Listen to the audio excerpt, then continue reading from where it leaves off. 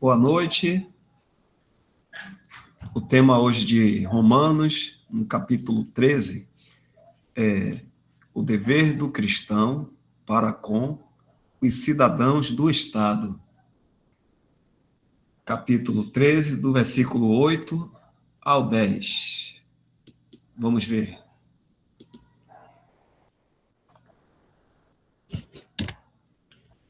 A ninguém devais coisa alguma, senão o amor recíproco.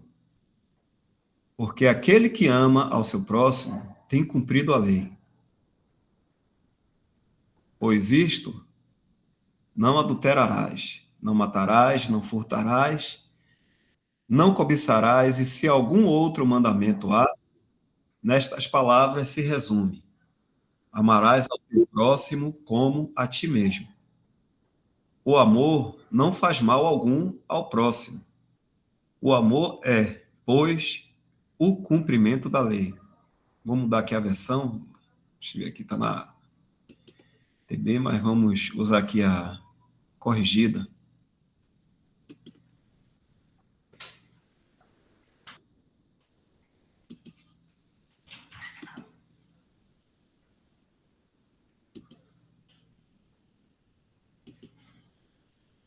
Pronto. Isso aqui é do 8 ao 10. A ninguém devais coisa alguma, a não ser o amor com que vos ameis uns aos outros, porque quem ama aos outros cumpriu a lei. Com efeito, não adulterarás, não matarás, não furtarás, não darás falso testemunho, não cobiçarás, e se há algum outro mandamento, tudo nestas palavras se resume: amarás ao teu próximo como a ti mesmo. O amor não faz mal ao próximo, de sorte que o cumprimento da lei é o amor.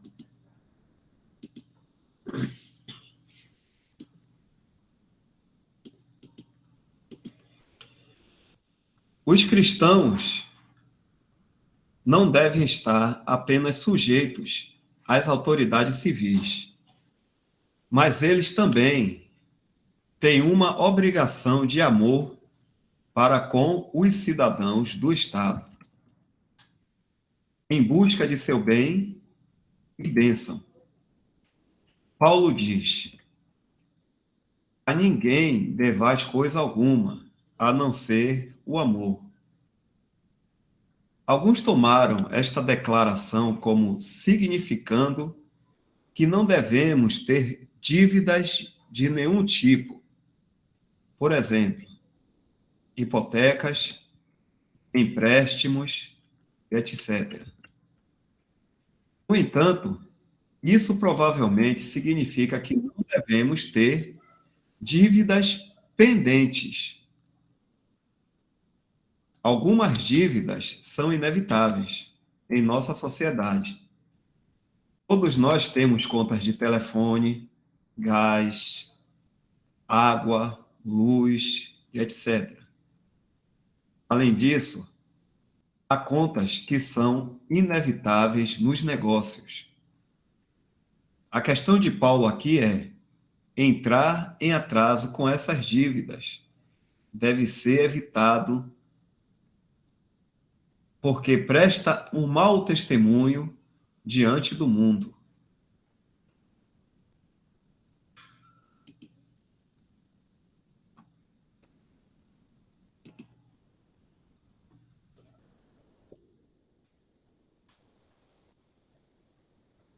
Qualquer comentário pode interromper.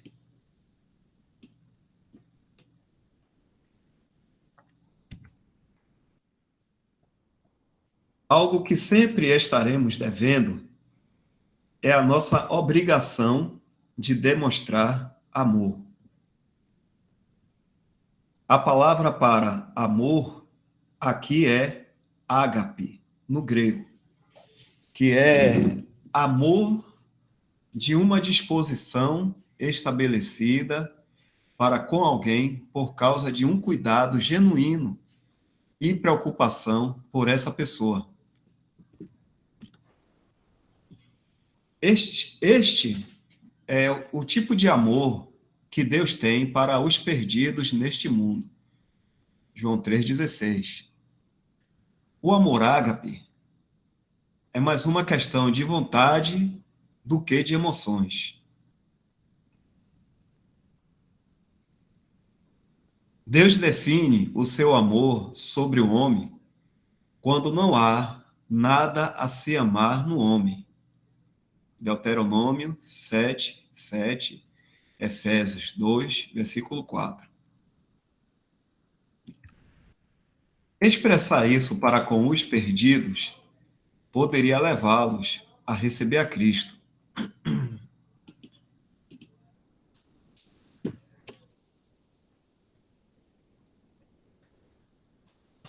Só vou dar uma destacadazinha aqui nessa parte. Né? O amor ágape é uma questão de vontade do que de emoções. É algo prático, né? E não na parte da alma, né, que expressa as emoções. Oh, tô com pena daquela pessoa. Não é isso, não. Mas é algo prático mesmo. Demonstração de amor ágape. Algo que a gente entende e pratica.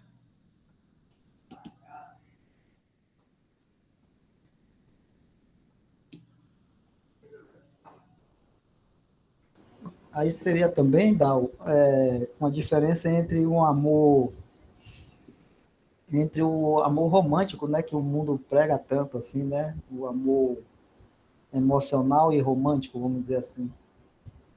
Então, o amor ágape, ele, o que leva você a demonstrar esse amor, né? Claro, a gente pensa primeiro o amor do Senhor Jesus por nós e como ele nos salvou, e essa, vamos dizer assim, essa nova vida que ele nos dá, nos capacita assim a demonstrar esse amor porque ele nos pede para assim fazer. Então, isso aí não se expressa no exercício prático e não com a gente querendo demonstrar esse amor só quando a gente sente alguma coisa pela pessoa ou tem alguma coisa que, alguma empatia de, vamos dizer assim, de afinidade emocional, alguma coisa assim. Então, é uma coisa até mais elevada, né? Que vai pela questão de um exercício prático, né? Daquilo que nós já recebemos de Deus, já recebemos do nosso Senhor Jesus, né? Nossa vida. Porque eu estou querendo fazer essa diferença, porque no mundo o que é ensinado muito é o amor, vamos dizer assim, o amor emocional e romântico, né? Então, se você não tiver uma emoção, alguma coisa que atraia, né, no próximo, se você não sente alguma coisa que atraia nele, então você não precisa amar e pode, vamos dizer assim, desprezar e tudo mais, né? Mas esse amor ágape aí não está falando disso. Só isso, Dal.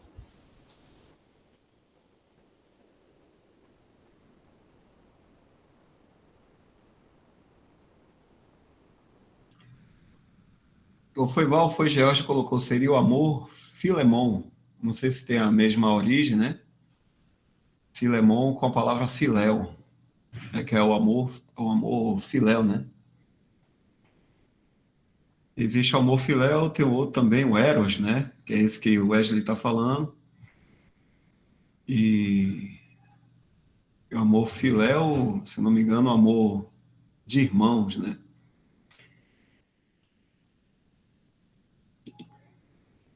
Vamos lá.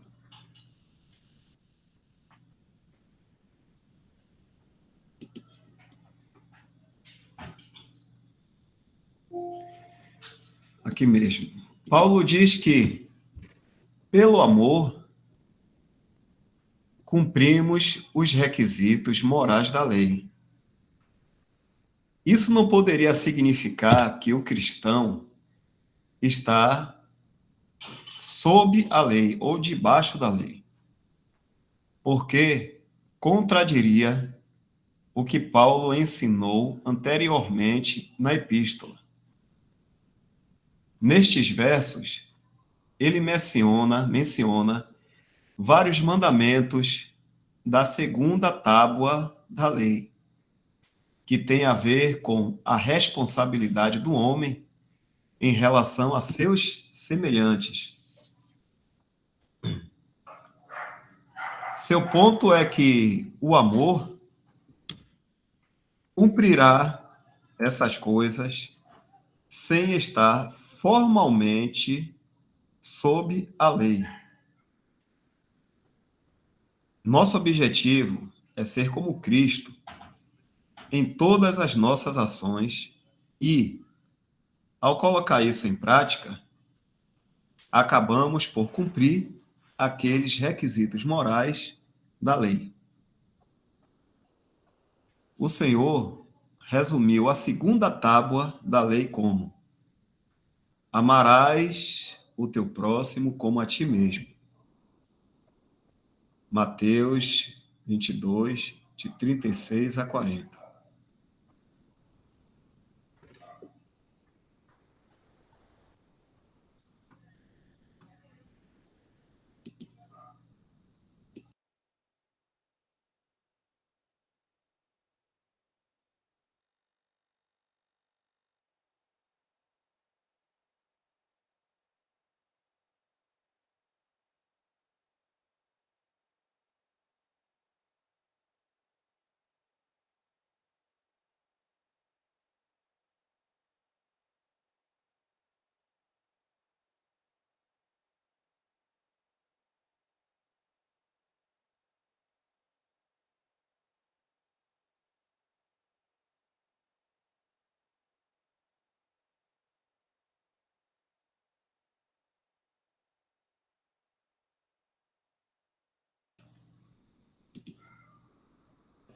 A ocupação do cristão em vista da vinda do Senhor. Capítulo 13, versículos de 11 a 14.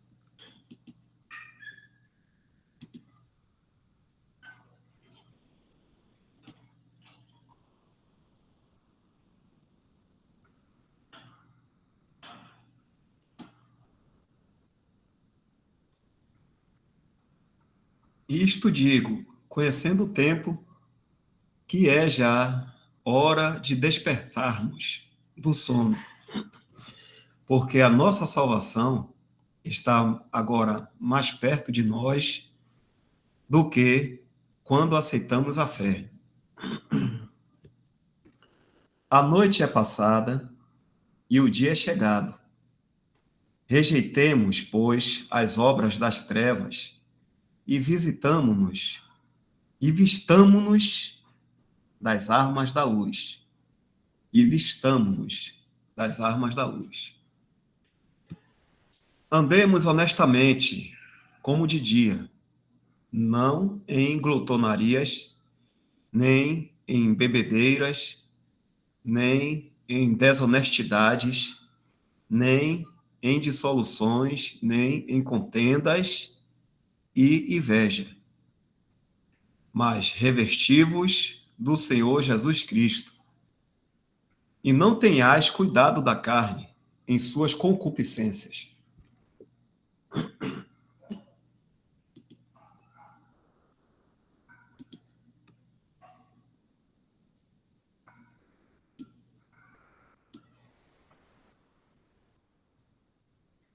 Enquanto os governos deste mundo se tornam mais e mais corruptos, uma coisa que marcará os últimos dias, isso é uma coisa que vai marcar os últimos dias, né? A corrupção.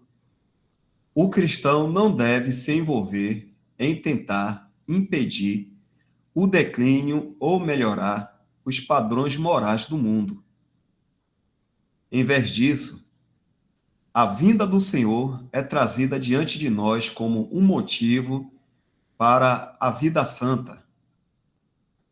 Assim, o cristão não é chamado para corrigir o mundo, mas ele é responsável por se conduzir de maneira correta diante de Deus e do seu próximo.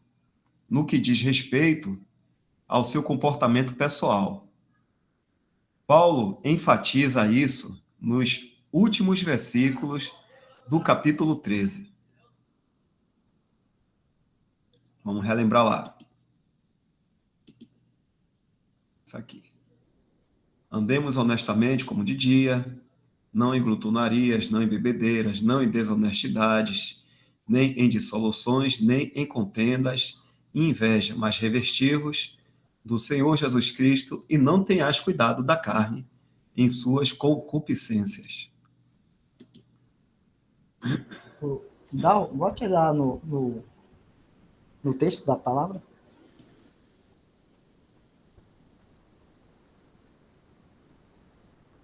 Lá em Romanos 13, 11 a 14. Isso, só suba um pouquinho. Você vê aí que esses 4 versículos, né? Esses 4 versículos aí são muito preciosos, né? Porque como o irmão Bruce está falando ali, que é como se fosse assim, é um, para nós, é uma amostra de que estamos, né, nos últimos dias, né? Cada vez que a gente vê aí no nosso governo, os governos que estão constituídos sobre nós aqui no mundo, né, esse aumento da corrupção. Aí, e ali, quando ele está falando corrupção, o irmão Bruce Einstein, ele não está falando simplesmente no sentido de a corrupção como a gente entende, né, de os, os, os, as autoridades querendo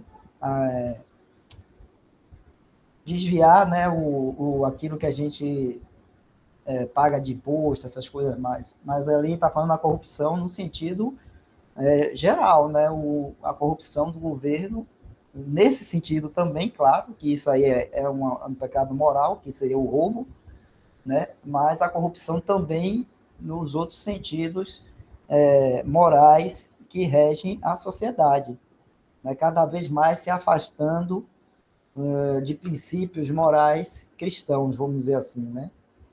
Então, isso tudo é corrupção.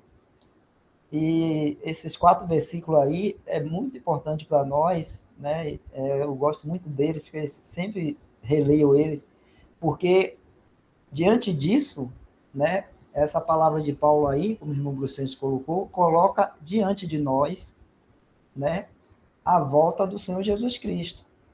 Coloca diante de nós a volta do Senhor Jesus Cristo e coloca diante de nós também uma batalha que nós temos aqui neste mundo, mas que nós que estamos aqui neste mundo temos, mas que ela não é uma batalha contra a carne e sangue, mas é uma batalha celestial, contra as potestades, como fala aí no verso 2, né, quando fala assim, rejeitemos, pois, as obras das trevas e vistamo-nos das armas da luz. Então, essas obras das trevas aí, a gente sabe que quem faz essas obras das trevas são principalmente através da ação, né, dos agentes de Satanás, os, os principados, né, as hostes demoníacas e tudo mais, como a gente lê lá em Efésios capítulo 6. E lá em Efésios capítulo 6 fala para a gente que a nossa batalha não é contra a carne e sangue, sim contra essas hostes aí, contra esses principados aí celestiais, que são, né, que vão praticar essas obras aí das trevas. E lá também a gente vê que manda a gente vestir toda a armadura de Deus. Aí Paulo está falando de nós vistamos-nos, né, das armas da luz, né? Ou seja, a gente tem que estar praticando as coisas que são, vamos dizer assim, da luz, né? Não coisas que são das trevas, vamos dizer assim, obras das trevas, mas aquilo que é da luz. A gente sabe o que é da luz é aquilo que vem de Deus, que vem do nosso Senhor Jesus, né? O Senhor Jesus falou o quê? Eu sou a luz do mundo, né? Então, essa luz, né, nessa luz que nós estamos, em Cristo Jesus. Então, por isso, a gente vai vestir essas armas da luz aí, para nos capacitar a rejeitar as obras das trevas, né? Para rejeitar, porque quando a luz vem, as trevas não ficam, né? desaparece as trevas, se a luz aparece. E então ele coloca diante de nós a pessoa do Senhor Jesus à sua volta, quando ele fala, né, isto digo, conhecendo o tempo, que é já hora de despertarmos do sono. Então, irmãos, pense bem, né? Ele está falando, é já hora de despertarmos do sono. Então, nós temos que estar o tempo todo, né? E o que nos ajuda muito nisso é a gente estar congregando, a gente estar junto com outros irmãos, buscando as coisas do Senhor. O tempo todo a gente, vamos dizer assim, nos animando e nos mantendo acordado, né? Se despertar, a gente nos mantém acordado, porque ele fala que nós estamos na noite, né? Ele fala ali, a noite é passada e o dia é chegado. Então, para nós, mas ao mesmo tempo que ele fala isso, a noite é passada, ele fala assim, andemos honestamente como de dia. Por que como de dia? Porque nós estamos ainda aqui neste mundo, estamos ainda na noite. Né? O mundo jaz em trevas. O mundo está na escuridão das trevas na noite. Mas nós aguardamos, né, a estrela da manhã, a estrela d'alva, que é o nosso Senhor Jesus, que aparece um pouquinho antes, né, do dia o dia clarear com o sol da justiça, que é o nosso Senhor Jesus lá, aparecendo já lá na tribulação para julgar e estabelecer o milênio. Mas antes disso, ele vem para nós como a estrela d'alva, a estrela da manhã, que aparece um pouco antes, né, do dia clarear. Então, a estrela d'alva ela aparece para nós, mas o dia está tudo escuro ainda. Né?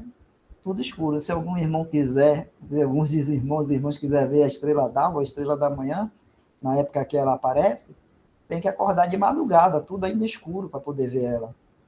E assim estamos aguardando o nosso Senhor Jesus, né? Ainda nesse mundo em trevas, mas o Senhor Jesus vai brilhar para nós como uma estrela d'alva para nos levar para estar para sempre com Ele. Por isso até que ele fala assim, porque a nossa salvação está agora mais perto de nós do que quando aceitamos a fé. Né? Porque a gente vendo essa corrupção que há no governo, a gente entende que está cada vez mais próximo, né, a hora que o Senhor Jesus vem para levar a sua igreja. Porque a gente não vai ficar aqui neste mundo para estar combatendo, brigando com as autoridades que estão aqui estabelecidas neste mundo por Deus. Nós não vamos ficar aqui, né, fazendo isso, como o irmão Bruceiro fala. Mas vamos ficar aqui andando como filhos da luz, andando, nos vestindo das armas da luz e andando, né, honestamente como de dia. Então, para nós, pela fé, nós já estamos no dia. O Senhor Jesus já raiou, né, em nossos corações, em nossas vidas. A luz já brilhou para nós. Então, apesar de estarmos neste mundo de trevas, para nós já estamos na luz. Então, isso é importante. E é importante a gente lembrar disso, que o Senhor Jesus está aí perto, está próximo, apesar de a gente ver tanta corrupção e tudo mais aí no mundo, nesse mundo de trevas. A gente, então, nos animarmos e não dormirmos, né? Não pegarmos no sono nesse mundo de trevas, deixar que as trevas, né, a luz, aí, a noite, faça com que a gente tenha sono e durma. Mas a gente tem que estar acordado. Os homens no mundo, né, que ainda não despertaram para essa luz e para o amor do Senhor Jesus, eles estão na noite e eles estão dormindo. No sentido de que a noite pegou eles e eles não estão vendo, né? Não estão acordados para ver a luz brilhar do nosso Senhor e Salvador Jesus Cristo. Mas nós não podemos ser pegos nesse sono dessa noite aí do mundo. Temos que estar acordados. Né? Então, vistamos-nos das armas da luz e estejamos assim, andando honestamente como de dia, como fala o irmão aí. O apóstolo Paulo aí no verso 13, né? Andemos honestamente como de dia. tá bom? É só isso aí, Dal, para a gente ressaltar essa parte aí. É um texto muito, muito bonito esse aí.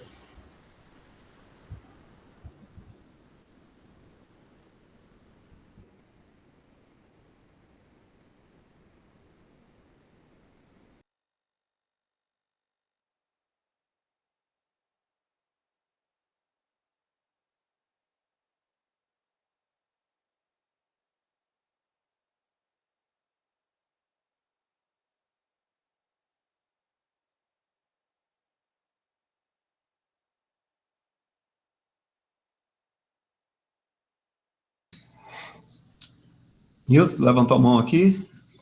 Alguma coisa?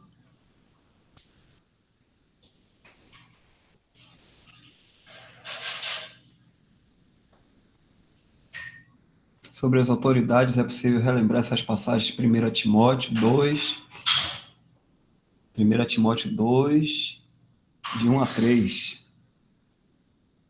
Vamos lá, deixa eu ver aqui.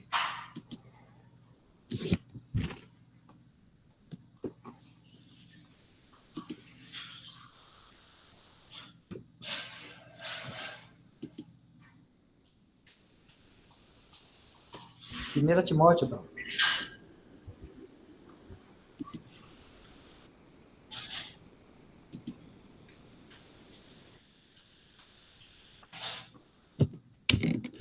Admoesto-te, pois, antes de tudo, que se façam deprecações, orações, intercessões e ações de graças por todos os homens, pelos reis e por todos os que estão em eminência, para que tenhamos uma vida quieta e sossegada em toda piedade e honestidade. Porque isto é bom e agradável a Deus e porque isto é bom e agradável diante de Deus, nosso Salvador.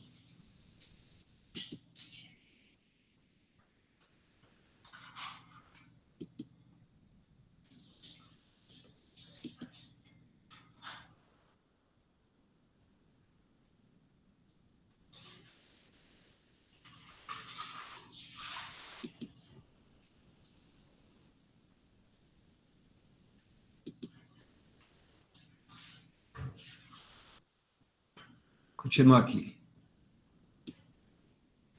Anteriormente na epístola, Paulo usou a figura de um tribunal romano, mas aqui ele usa a figura de ações do exército romano. Os soldados são vistos como dormindo, à medida que o amanhecer se aproxima. Eles são chamados a despertar do sono, a tirar suas roupas de dormir e vestir sua brilhante armadura, e assim cumprir as responsabilidades do dia.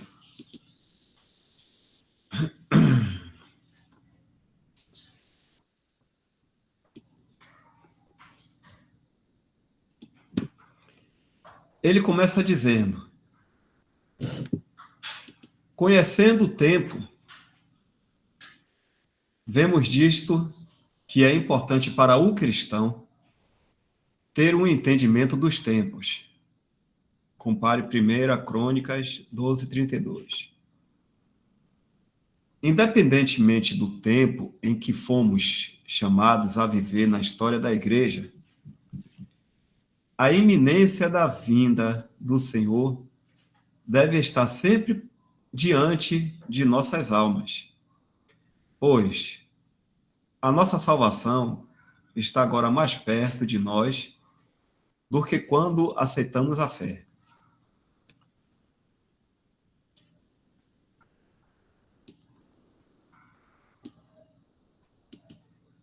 O aspecto da salvação que Paulo está se referindo aqui é o aspecto final da nossa salvação. Quando o Senhor vier e formos glorificados e levados para o céu. Filipenses 3:20 a 21, 1 Tessalonicenses 4:15 a 18.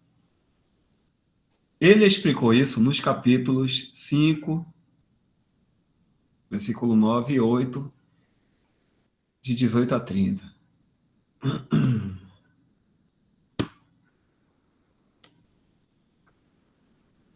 A iminência da vinda do Senhor deveria ter um efeito prático sobre o crente. Deveria nos deixar alertas e vigilantes e nos impedir de nos estabelecer no mundo. O avançado da hora exige que toda a letargia e inatividade sejam abandonadas. Não é hora de dormirmos juntos com o mundo. Paulo diz que, se esse tem sido o nosso estado espiritual, é já hora de despertarmos do sono e estar ocupados no serviço do Senhor.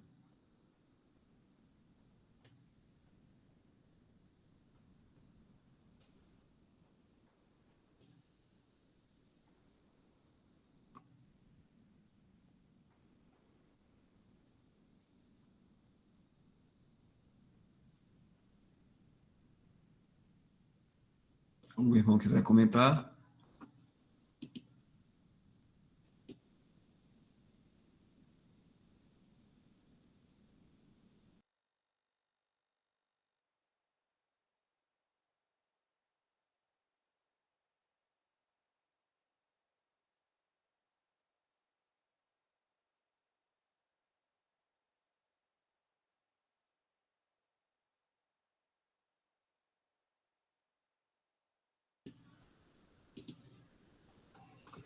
Seguindo.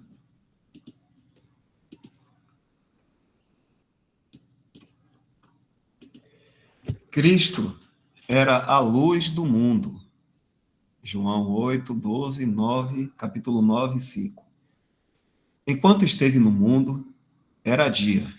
João 9, versículo 4 e capítulo 11, versículo 9.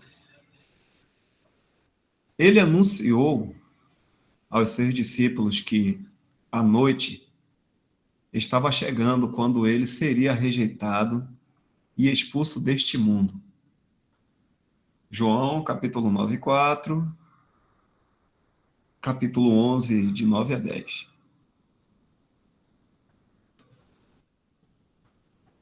Este é o tempo em que fomos chamados a viver. Mas a boa notícia é que a noite da ausência do Senhor está quase no fim. A noite vai adiantada, tradução brasileira. Ele está prestes a voltar. Então, receberemos o aspecto final de nossa salvação, no arrebatamento. Mas não apenas isso.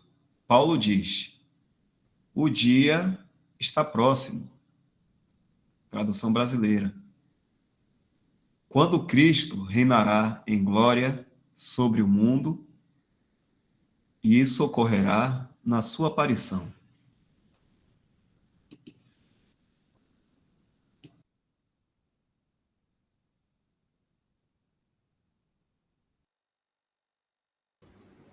Só ressaltando de novo essa questão da salvação, né?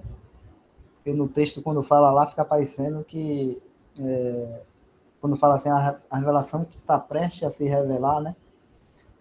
Mas é como o irmão está explicando aí, o irmão Bruce Einstein, nesse parágrafo. Então, é o aspecto final de nossa salvação. Ou seja, nós hoje já somos salvos. Né? Todo aquele que crê no Senhor Jesus já está salvo. Mas o que acontece? Nós estamos ainda aqui neste mundo e a nossa carne, né, ainda está aqui. Nós temos ainda esse corpo aqui que não é um corpo glorificado, é um corpo natural e que ainda tem, né, a carne e que tem nela aí suas concupiscências, que são os desejos extremados, né? Concupiscência significa isso, desejo extremado. Então, nós estamos ainda aqui nessa condição, né? nessa condição de estarmos ainda nesse corpo natural, que não pode ir para o céu, não é um corpo feito para estar no céu, mas sim para estar aqui na terra, e que tem também ainda essa carne. E essa é uma condição, mas a nossa posição em Cristo Jesus, é uma posição de já santos, já salvos, né, já separados aí por Deus para sermos filhos dele, né, assim, através da obra do Senhor Jesus Cristo. Então, já temos essa posição de salvos. Agora, a condição é que ainda precisa ser, vamos dizer assim, transformada, né, para aqueles que estiverem vivos, ainda no arrebatamento. Os que já estiverem mortos, os que estão dormindo, vão ser ressuscitados ali, e aí nós vamos receber esse corpo glorificado e pronto e para poder estar com o Senhor Jesus Cristo no céu, né? Então, por isso que ele fala desse aspecto da salvação aí, que é falado em Romanos, né, no capítulo 13, ali do verso 11 ao 13, né? Que fala ao 14, se não me engano.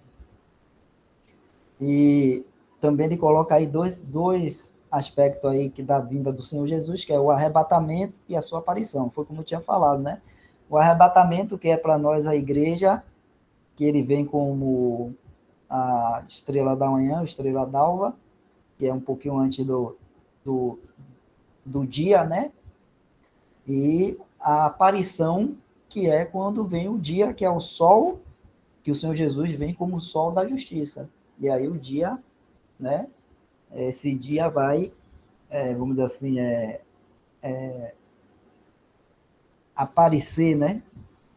Vai ser quando o Senhor Jesus, então, vai estar estabelecendo o seu reino milenal. Aí chama de aparição. E o arrebatamento é o que a gente chama aí para a igreja, né, de arrebatamento. No caso do arrebatamento, só quem vai ver são os salvos, a igreja e os santos, né, do Antigo Testamento, aqui todos os santos que morreram, que vão ver o Senhor Jesus Cristo. Agora, na aparição, não. Na aparição, quando ele vem para estabelecer o reino, fala que todo olho verá e todo joelho se dobrará diante do Senhor, né? Então, aí já é na aparição. Só isso não.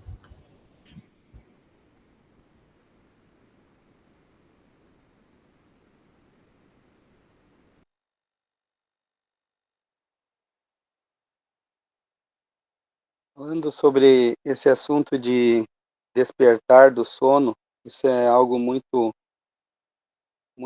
solene, né? Nesses dias, é interessante ele falar de noite, né? Porque vivemos num tempo que é chamado últimos dias e que também a noite é chegada, ou seja, estamos vivendo um tempo que é trevas, mas muitas vezes podemos olhar na nossa volta e achar que não. As misericórdias de Deus nos alcançaram, nos alcançam, nos suprem nossas necessidades. Conseguimos, no país que vivemos, muitos ter uma vida quieta e sossegada, e podemos achar que não é trevas, mas é. Porque o principal ponto que ele está falando em relação a trevas é em relação a conhecimento da verdade de que Cristo está às portas. Em relação a esse conhecimento de que Cristo está às portas, muitos estão em trevas. Só um momento.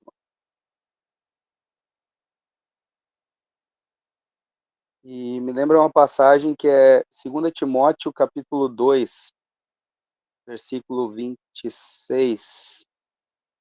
Dá para ler um pouco antes.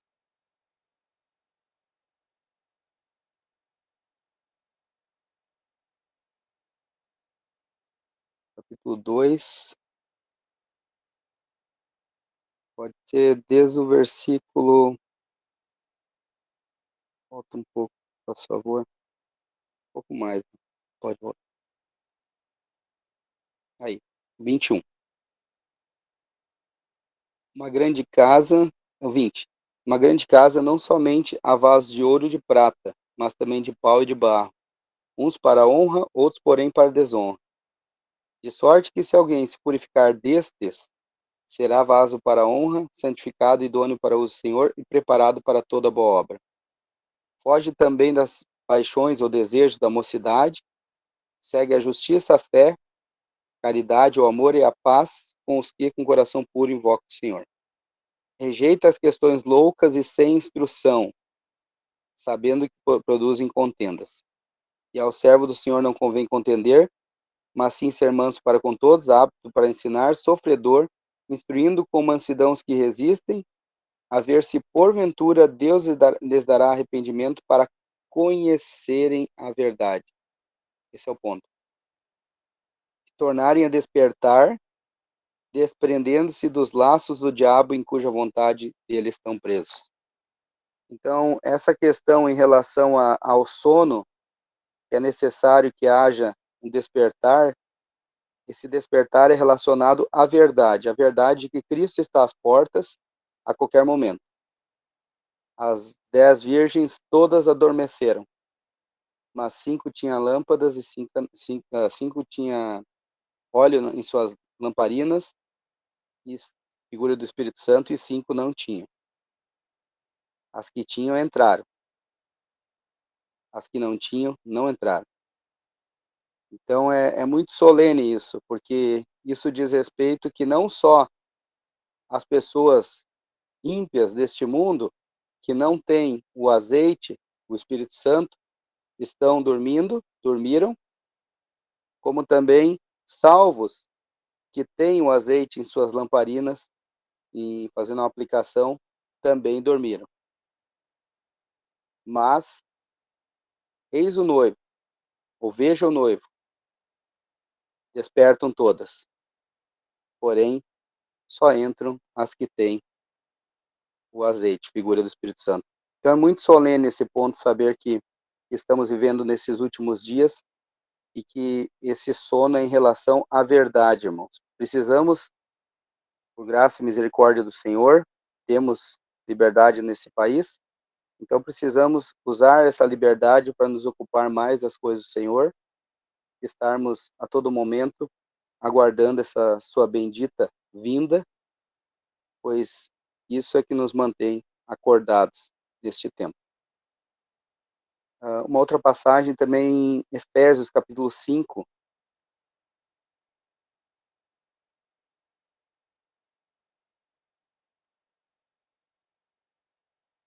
versículo 14, talvez um pouco antes.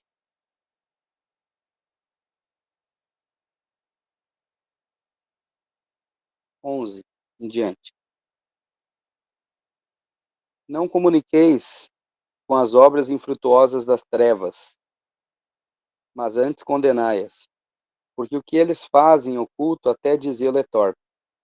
Mas todas essas coisas se manifestam sendo condenados pela luz, porque a luz tudo manifesta. Pelo que diz, desperta tu que dormes, e levanta-te dentre os mortos, e Cristo te esclarecerá. Portanto, vede prudentemente como andais, não como nécios, mas como sábios, remindo o tempo, porquanto os dias são maus. Pelo que não sejais insensatos, mas entendei qual seja a vontade do Senhor. Então é importante saber qual é a vontade do Senhor em relação a cada um de nós que fomos salvos e ainda estamos aqui nesse mundo. O que o Senhor deseja para nós? Que nós nos estabeleçamos aqui, que nós busquemos angariar, fazer de tudo para angariar riquezas aqui neste mundo? Essa é a vontade do Senhor para nós? Obviamente que não. Nós temos uma casa não feita por mãos, eterna nos céus, onde a traça e a ferrugem não podem tocar. Tudo que fizermos aqui será corrompido, se corromperá. A vontade do Senhor em estarmos aqui neste mundo é servirmos de testemunho há tantos à nossa volta, familiares, colegas de trabalho, colegas de faculdade, de curso, enfim, onde estivermos. Que o Senhor possa estar nos dando graça para servirmos de testemunho da sua rica e bendita pessoa. A qualquer momento Ele virá nos buscar. E devemos andar como sábios, remindo o tempo. Os dias são maus. Saber que a qualquer momento Ele virá nos buscar. Então, os olhos na vinda do Senhor, à espera da iminente vinda do Senhor a qualquer momento, é que nos mantém acordados. O conhecimento dessa verdade é que nos mantém acordados.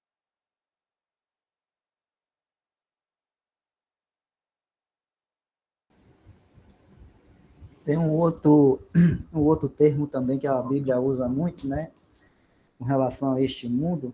O irmão Weber comentou aí, né, sobre as trevas, que é este mundo, né, a noite, e tem um outro termo também que é muito usado, que a palavra de Deus usa, que é esse presente século mal, né?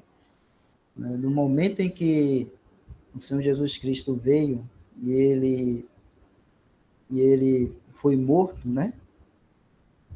Ali naquela cruz, aquele século passou a se tornar o presente século mal, né?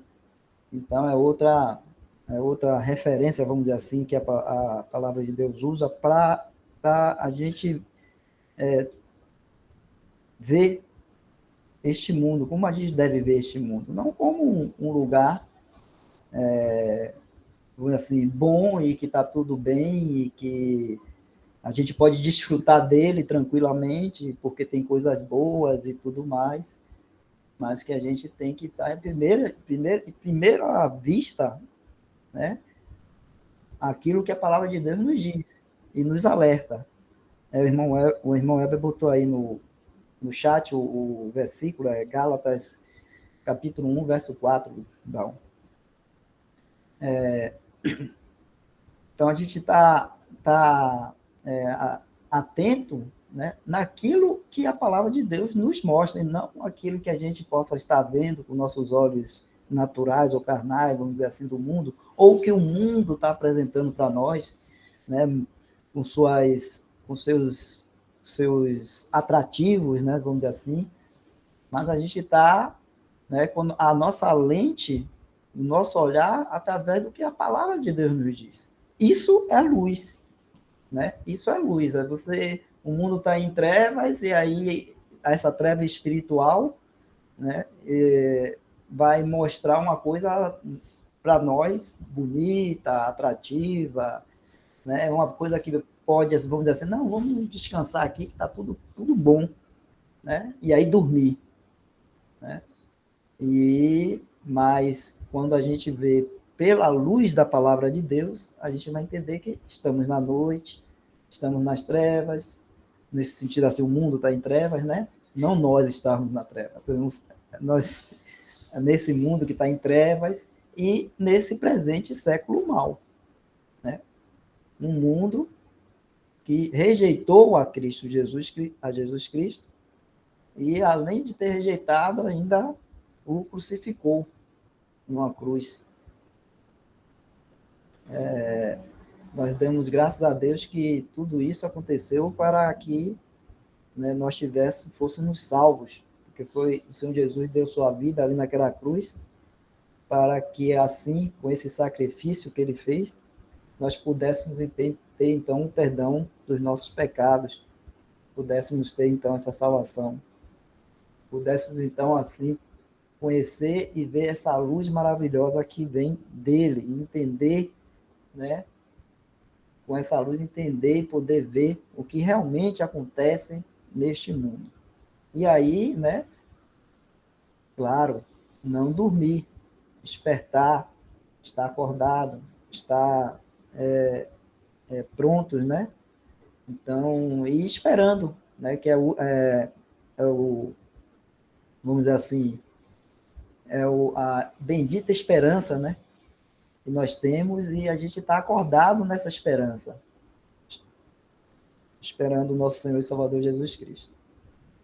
Isso aí, irmãos.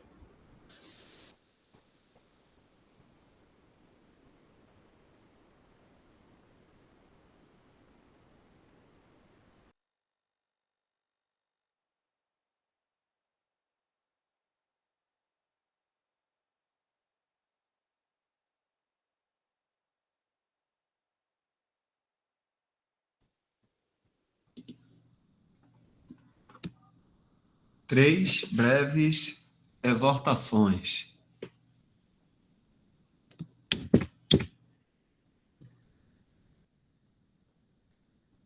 Em vista dos perigos da noite pela qual estamos passando e da iminência do arrebatamento e da aparição de Cristo, Paulo faz três breves exortações que, se postas em prática, nos preservarão até a hora da vinda do Senhor. Essas exortações são caracterizadas por estarem no imperativo.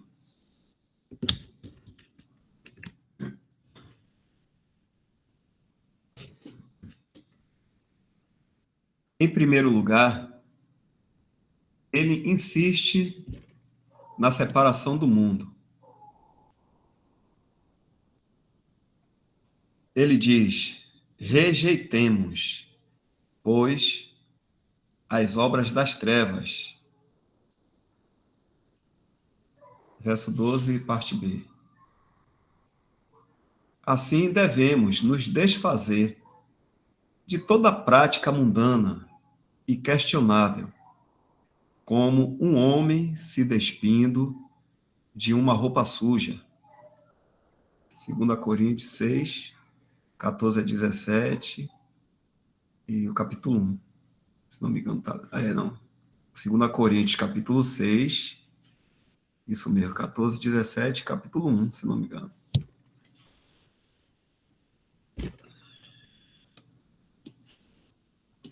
Em segundo lugar, Paulo diz: vistamo-nos das armaduras, ou das armas, da armadura, John Nelson Darby, das armas da luz. Assim devemos colocar a cobertura protetora de uma vida santa, que nos fará uma luz brilhante na escuridão.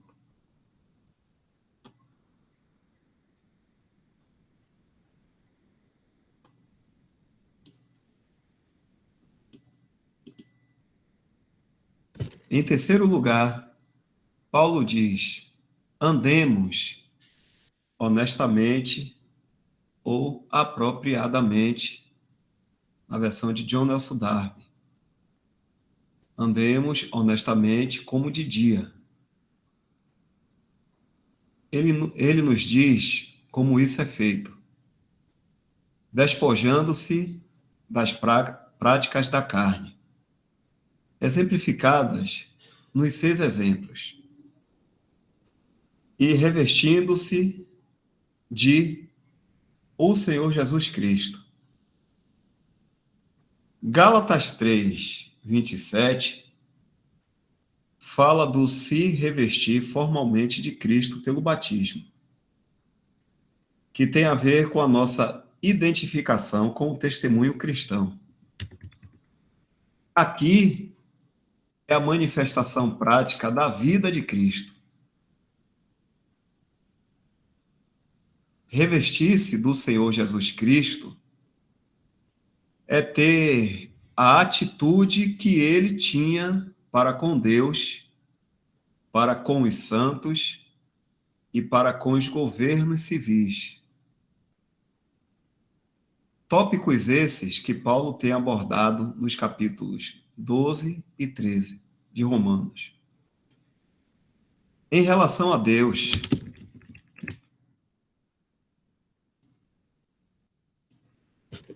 Em relação a Deus, o Senhor Jesus disse: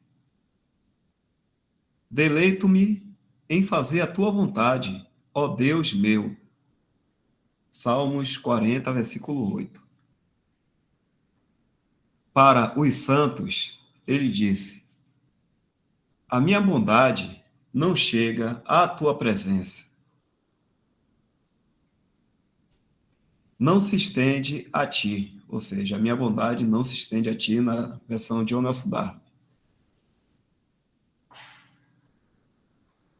Mas aos santos que estão na terra e aos ilustres em quem está todo o meu prazer. Esse está falando para os santos. Salmos 16, versículo 2, 3.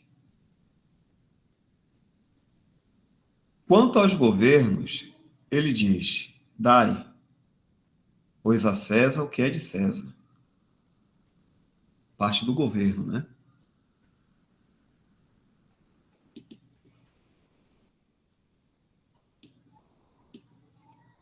No entanto, fazemos provisão para a carne,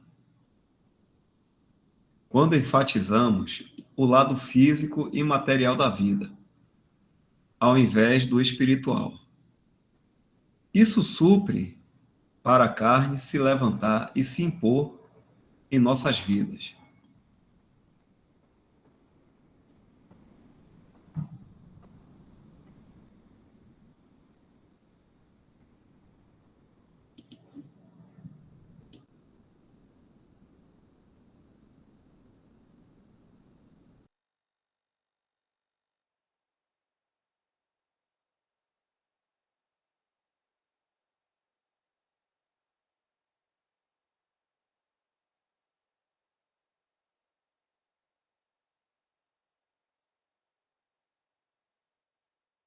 É importante entendermos que com todas essas exortações, encorajamento, né, acerca de como devemos andar até a vinda do nosso Senhor a qualquer momento, é importante entender que nós não podemos esquecer que devemos andar contentes, felizes. Deus está contente com a obra do seu Filho. A glória, ela está hoje, ainda não é manifestada. Será manifestada quando o Senhor vier em poder e grande glória. Mas a glória de Deus já foi atendida. Tem um versículo que, deixa eu ver se eu acho aqui rapidamente. 1 Timóteo, capítulo 1, versículo 11.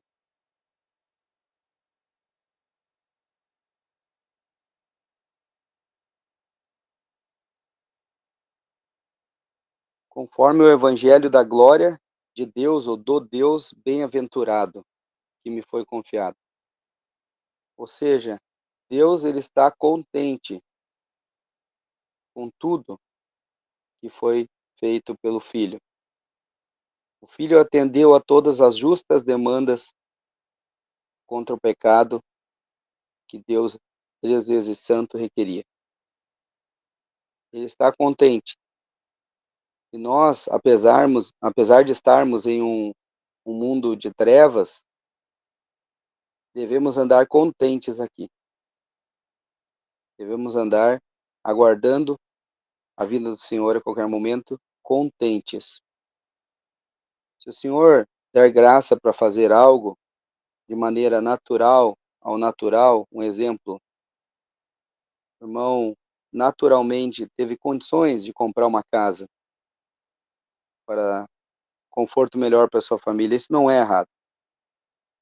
O errado é querer trabalhar, sei lá, 3 empregos para ter uma casa maior, uma casa muito, muito maior, adquirir mais e querer mais e mais, isso já é errado. Não ter tempo para as coisas do Senhor. Porque daí não vai estar entrando naquele ponto que nós lemos, que é remindo o tempo, por quantos dias são maus. Mas vai estar gastando o tempo de forma nessa.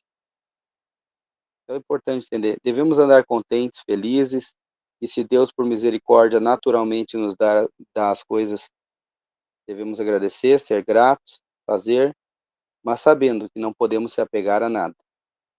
A qualquer momento, tudo vai ficar aqui, mas nós não.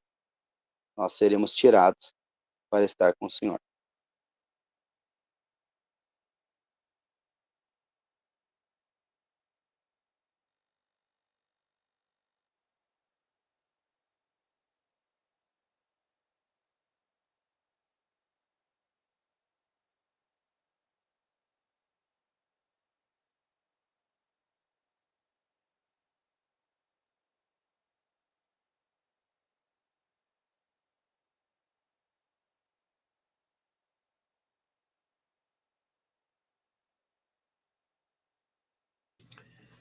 Aqui agora a gente já vai entrar no capítulo 14. Eu acredito que seria bom a gente deixar para as próximas meditações, se assim o seu permitir, né? E dizer aos irmãos que esse capítulo aqui, esses 3 capítulos são muito bons, né, para a vida cristã, nosso entendimento, prática, o dia a dia, relacionamentos, né, como a gente está vendo aí, como a gente deve se conduzir em relação a autoridades, às pessoas aqui no mundo. E vamos entrar agora na questão do relacionamento também entre santos, né, entre cristãos. Então, eu sugiro que a gente possa iniciar esse daqui próxima semana. O que é que os irmãos pensam aí? Porque são 9h24 e talvez demande um tempo de maior, assim, meditação, não sei. É só o Senhor sabe, né?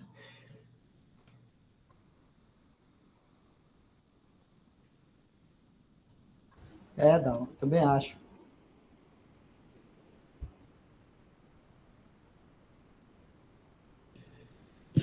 Porque isso aqui é a partir desse capítulo aqui, 14, vai falar muito sobre a nossa conduta, a gente se conduzir em relação ao irmão. E se existe algum irmão também que é fraco, né? Paulo fala, fraco na fé, acho que tem um certo entendimento, já começa a pensar melhor nisso, sobre a questão da liberdade cristã. E seria bom a gente ir com bem calma nisso aqui, porque esse é um dos pontos assim de muitos atritos entre irmãos, né? Por mais que a gente vá entendendo, sabe? Cristo me salvou, mas muitas vezes a gente não entende a liberdade cristã e acaba criando criando tempestade num copo d'água com coisas que a gente poderia deixar para o seu tratar. Coisas pequenas e coisas lícitas, né? Pequenas, muitas vezes lícitas, ou coisas grandes, mas lícitas também. Então seria bom a gente vir com muita calma a partir desse capítulo aqui. Então, irmãos, a gente, se eu permitindo, aí a gente fica para a próxima. É a que o irmão está falando aqui, né? Éber.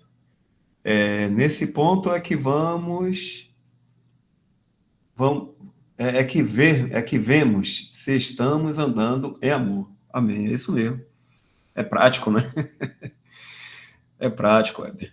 É isso aí. Não sei se algum irmão quer fazer alguma ressalva aí, quer falar mais alguma coisa, e deixa aqui registrado. Que são 9h27, dá tempo.